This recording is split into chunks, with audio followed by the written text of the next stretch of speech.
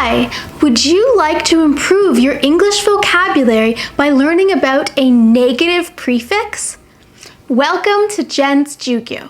My name is Jen, and today we're going to take a look at the negative prefix mis, M-I-S, and how you can use this prefix to build your vocabulary. Before we begin, let's take a look at what a prefix is.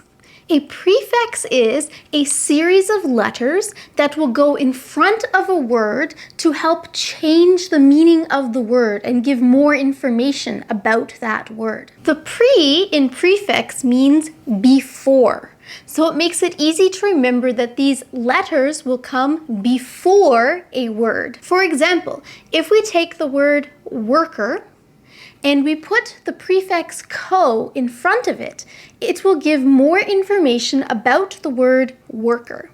As a prefix, co means together, and the word co-worker means somebody that you work with, you work together. In today's lesson, we're going to take a look at the negative prefix mis. When we put mis in front of a word, it makes the word negative. Specifically, the word will have the meaning of something that is bad or wrong. Mis means something that is bad or wrong.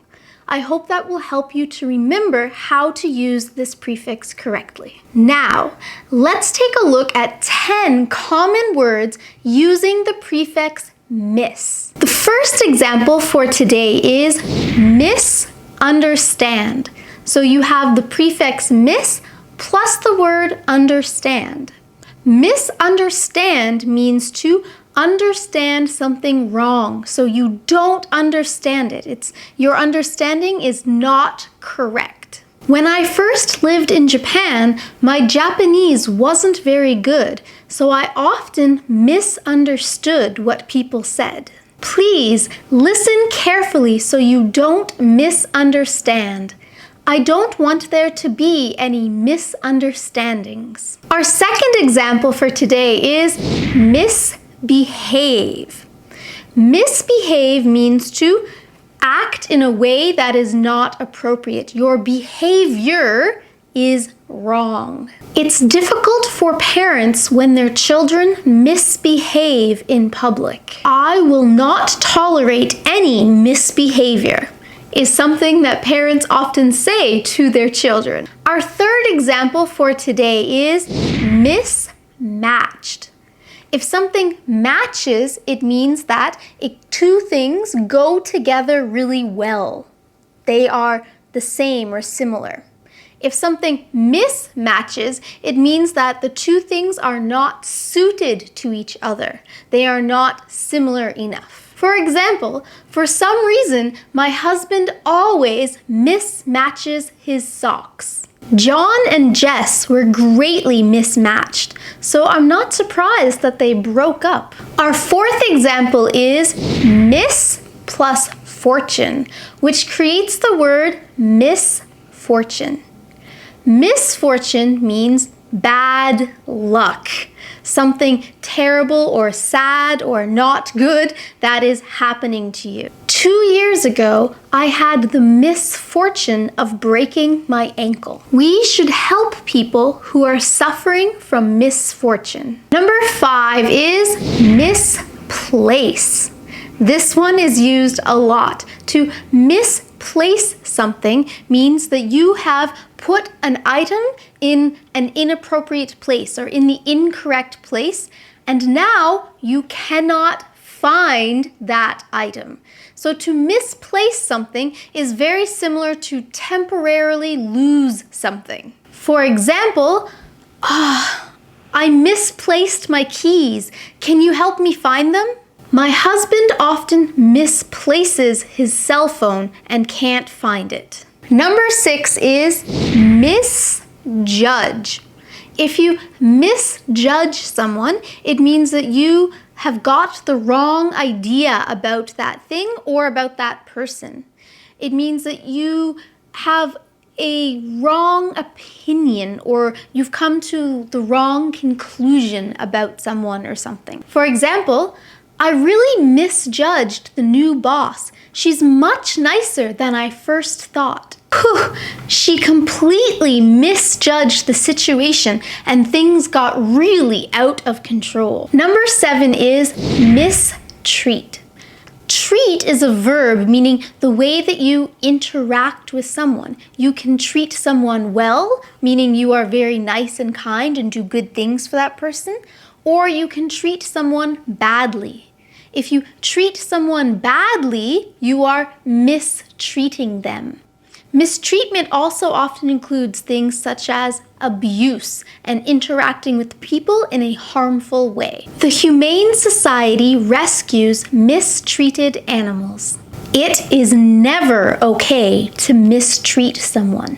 Please treat each other kindly. Number 8 is misspell. So miss plus spell is misspell. Be careful because you don't want to misspell the word misspell. There's 2 S's in the middle there. Misspell means to spell something incorrectly. So you're using the wrong letters or putting the letters in the wrong order. You have misspelt the word. For example, I often misspell the words definitely and defiantly. I often misspell these 2 words and get them confused with each other. Especially among baseball fans, the word socks, S-O-C-K-S, is often misspelled as S-O-X. Number 9 is misinformed. If you are misinformed, it means that you have the wrong information. The knowledge that you have received is incorrect. Sorry I was late for the meeting, but I was misinformed about when it started. These days, there's so much content on the internet that it's easy to become misinformed. Please check your sources. Number 10 is probably the most common word used with the prefix mis. The word is mistake. In English, we don't often use the word take to mean an action that someone does. However, if you are into movies and acting, you might hear people say, "All right, take 2, action." So take 2, they're doing the action again. When you think of the word mistake, think about take as doing the action. So a mistake means that you have done an incorrect action. You have done something wrong. You've misjudged the situation and your own actions have become inappropriate and not correct. The woman became very angry when I mistook her for her mother. I'm sorry. I made a mistake. Please forgive me. In English, we often use the word mistake with the verb make, to make a mistake. If you use a different verb like do a mistake or commit a mistake, it won't make sense in English. This is because make a mistake is an example of something in English that we call a collocation. If you'd like to learn more about how collocations can improve your English fluency and learn more collocations with the verb make, please check out a video I made about that over here. So today, you learned how to use the negative prefix mis. Remember, when you put mis in front of a word, it makes the word negative and takes on the meaning of bad or wrong. And now it's time for question of the day. Today's question is, what is a word in English that you often misspell? Let me know in the comments below. Thank you so much for watching this video.